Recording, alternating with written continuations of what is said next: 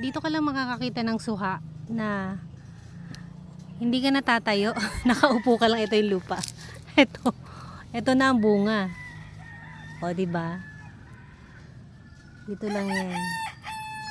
Daming suha dito. Hello! Ayan. Katabi ko yung doggy, oh. Kita nyo yan. Nagkalat ang suha dito. Nanawa ka na lang ng tingin. Hindi lang suha ang meron dito, kundi papaya. Ang papaya naman dito, madali rin mapitas. Mabababa din, bansot. Ayun, nandun sa taas. Ayoko na umakit dun, papagod na ako. Ayun ang suha, ang dami oh. O diba? Maya kakain tayo niyan kasi pinagbalat tayo ng suha. Ayan, dito lang yan sa Tanay, Rizal. Ayan, nagkaalat yung ating dog. Ayan, umiinom siya ng tubig ng ating manok. Hindi na nakatiis. Ininom na ang tubig ng manok. Nauhaw siya. O diba? Eto nga, maliliit na suha. Hinog na yan. Nagkandalaglag na lang. Ayan o. Parang kala mo dalandan lang siya o. O diba? Balik na tayo. Namumulaklak. Ayan. Ito papaya. Hindi na tayo pumunta doon sa malayo. Ayan, papaya. Laki. Halos abot kamay lang ang papaya. Meron pa ditong langka. May langka dito na sangkaterba ang bunga ng isang puno. Ayan, naamoy tayo ng mga manok. Kalanghap din tayo ng sariwang hangin.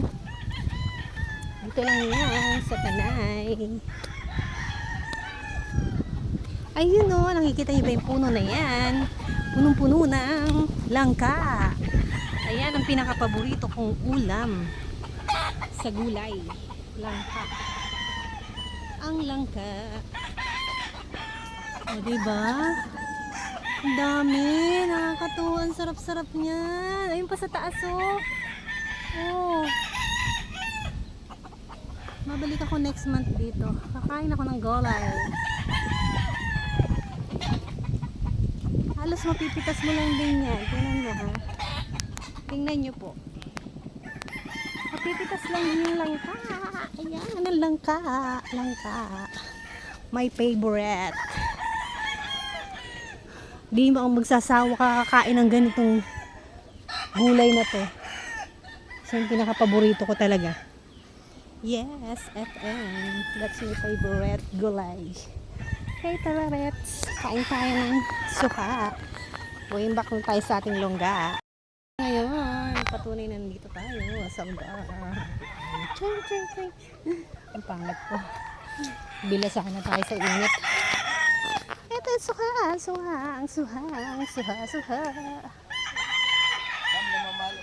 Ay! Nako, namamalo! Suha, baw.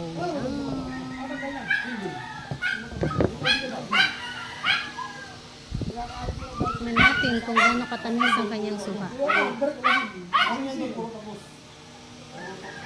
Usaw natin sa asin.